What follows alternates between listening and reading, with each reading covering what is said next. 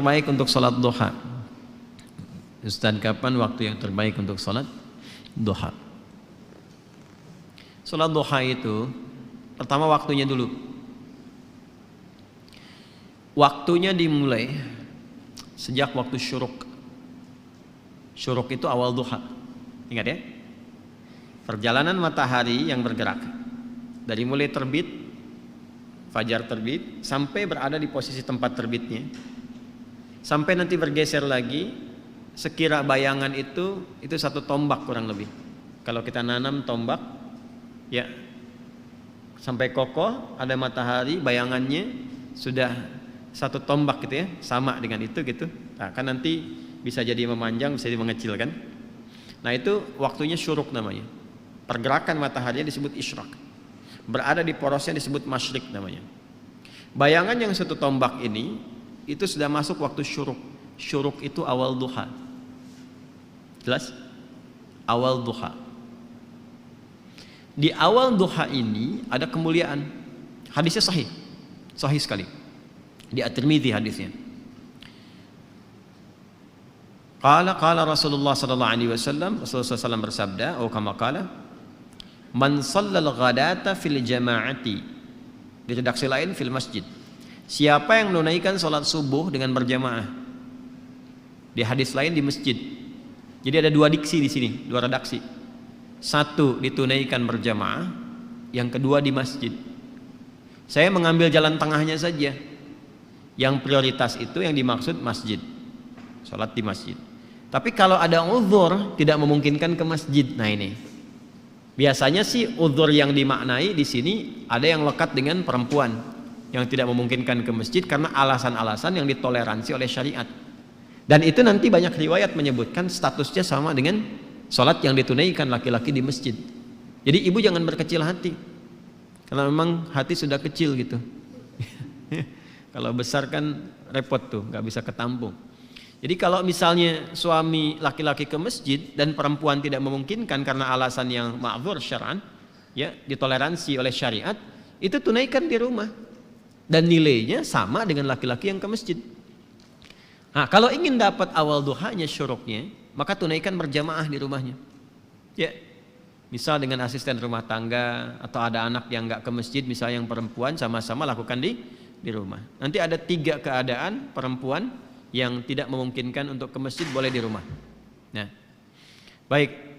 Sebelum 3 keadaan itu saya sebutkan, saya balik dulu supaya tidak terlampau melompat. Man shalal ghadata fil jama'ati aw fil masjid. Siapa yang menunaikan salat subuh berjamaah atau di masjid, kemudian thumma yaq'udu yadhkurullaha. Lalu dia tidak langsung beranjak, berzikir dulu. Duduk zikir. Saya telah terangkan di satu kesempatan di malam tadi kan, zikir itu banyak, bisa berdoa, bisa kalimat thayyibah, bisa baca Al-Quran, bisa taklim, itu bagian dari zikir. Taklim, kalau ada muhadarah, orang Arab bilangnya muhadarah, kalau kita taklim. Itu paling singkat, paling gampang, dapat sholat syuruk tuh paling enak tuh itu. Kalau Sabtu Ahad kan ada kajian subuh kan, enak kan tuh duduk. Nah itu kajian itu termasuk dari zikir yang mengingatkan kita dengan Allah. Itu dalilnya di Quran surah 3 Ali Imran di ayat 190-191 itu. Inna fi khalqis samawati wal ardi wa ikhtilafil laili wan nahari la ayatil liulil albab. Siapa ulul albab itu? Alladzina yadhkurunallaha qiyaman wa qu'udan wa 'ala junubihim wa yatafakkaruna fi khalqis samawati wal ardi. Nah, tafakkur itu masuk dalam kajian, konteks kajian. Ah, itu sedang berzikir kepada Allah Subhanahu wa taala. Karena itu di hadis Muslim, komen Nabi terhadap orang yang sedang ngaji itu tinggi, menyampaikan 4 kemuliaan. Ya, majtama'a qaumun fi baitin min buyutillahi. Enggak pernah ada orang kumpul di salah satu rumah Allah. Kemudian kumpulnya itu spesifik. Yatluna kitaballahi wa yatadarasunahu fima bainahum. Mereka ngaji di situ. Ngaji, mempelajari ayat, mendiskusikannya. Kecuali orang-orang itu sedang disebutkan oleh Nabi mendapatkan 4 kemuliaan. Ghasyiyatuhum rahmah, dinaungi oleh rahmat Allah Subhanahu wa taala. Nazalat alaihimus sakinah, diberikan sakinah, ketentaman pada jiwa, ya. Kemudian wa haffathumul malaikah, dinaungi oleh malaikat banyak berkumpul. Kemudian wa dzakarahumullahu fiman indah. Nah ini dia kalimatnya, wa dzakarahumullahu fiman indah, disanjung-sanjung oleh Allah orang-orang ini, ya kan, sanjung-sanjung oleh Allah di sekitaran makhluk yang ada di dekat arsy. disebut-sebut namanya. Ya, itu hambaku fulan. Fitnah disebut-sebut tuh. Fitnah nih. Masya Allah, datang jauh-jauh dari Jakarta, disebutin tuh sampai selesai. Ya, Masya Allah. Itu disanjung tuh. Makanya Nabi itu mensupport kita untuk menghidupkan halaqah zikir. Nah, zikir itu salah satunya ada yang memahami dengan ilmu. Majelis ilmu, majelis ilmi. Nah, dalilnya dari mana? Yang Al-Mujadalah itu ayat 11. Ya. Ya ayyuhalladzina amanu idza qila lakum tafassahu fil majalisi fafsahu yafsahillahu lakum wa idza qila inshuzu yarfa'illahu alladzina amanu minkum walladzina utul ilma darajat. Paham ya? Nah, itu gambarannya. Nah, kemudian dia nggak langsung beranjak. Jadi setelah sholat 2 rakaat subuh, ya kan? Nggak langsung pulang, duduk dulu. Ada yang ngaji, ada yang ikut taklim, ada yang tilawah, ada yang ulang hafalan. Nah, sampai tiba bidayatul duha, awal duha. Awal duha itu disebut dengan syuruk itu. Ya, hatta bidayatul duha, sampai tiba awal duha. Ya, fa yusalli raka'ataini. Kemudian dia salat 2 rakaat di awal duha itu. Fakana alaihi ka ajri hajjin wa umratin. Maka dia mendapatkan pahala yang senilai dengan haji dan umrah. Sempurna. Jangan dipahami sudah haji dan umrah, bukan. Dipahaminya pahala yang senilai itu. Ya, tapi belum tentu dapat kemuliaan salat misalnya di Masjidil Haram, Masjid Nabawi, itu kan kemuliaan yang lainnya. Tapi pahalanya baik. Apa di antara pahalanya senilai haji dan umrah itu? Ya, berpeluang mendapati surga dan rahmat Allah Subhanahu wa taala. Berpeluang merubah perilaku jadi lebih baik. Kan birrun itu adalah perubahan dari sifat kurang baik menjadi baik. Ketika melekat pada pelakunya disebut mabrur. Makanya di situ disebutkan haji mabrur, haji yang merubah perilaku seseorang menjadi baik. Nah, di antara jalan kalau belum bisa mampu haji atau umrah, konsisten salat syuruk itu awal duha. Kalau orang terbiasa salat syuruk, manfaat utamanya ya itu bisa merubah perilakunya menjadi lebih baik. Itu yang dimaksudkan. Jelas? Makanya didapatkan pahala senilai haji dan umrah. Dan itu mahal sekali. Ini awal duha. Pertengahan duha itu berlangsung, kalau sekarang tariklah waktunya 1 jam dari sholat subuh, ya 1 jam lah, kurang lebih 1 jam paling cepat. Jadi kalau subuh 4:30, awal duhanya tuh awal syuruk jam berapa? 5:30, ya. Atau kalau mau garis aman kadang ada yang nambah 15 menit lagi, ada yang nambah 1,5 jam gitu ya, nggak ada masalah. Sampai matahari mulai naik sekitar jam 7:30, jam 8 lah, 7:30 sampai jam 8. Nah, itu sudah pertengahan duha. Kalau dikonversi ke jam sekarang, zuhurnya jam 12 kurang, ya sampai jam 10:30 lah pertengahan duha itu. Kalau lihat situasi sekarang ya, kadang-kadang panas kan, kadang-kadang agak mendung gitu. Sampai 10:30 itu pertengahan duha. Kalau awal duha, bilangannya 2 rakaat. Pertengahan duha bisa sampai 4. Bisa sampai 4. Umumnya. Manfaatnya banyak lagi. Itu yang dimaksudkan pengganti zikir dari seluruh tubuh itu. Ya, tubuh kita kan sebetulnya harusnya berzikir, semua tubuh kita tuh. Dari pikiran, dari mata, telinga sampai ujung kaki. Zikirnya anggota tubuh itu dengan mengingat Allah, dengan cara menggunakan semua fungsi tubuh pada yang dikehendaki oleh Allah. Mata ini yang Allah inginkan apa? Melihat yang baik. Jadi zikirnya mata itu menatap yang baik-baik menurut Allah. Ketika menatap yang buruk, dia sedang keluar dari jalur zikir. Demikian cara memahaminya. Nah, itu pengganti itu yang mengkafar kewajiban itu. Wajib ini dalam konteks bukan wajib dalam seperti hukum fikih ya, bukan.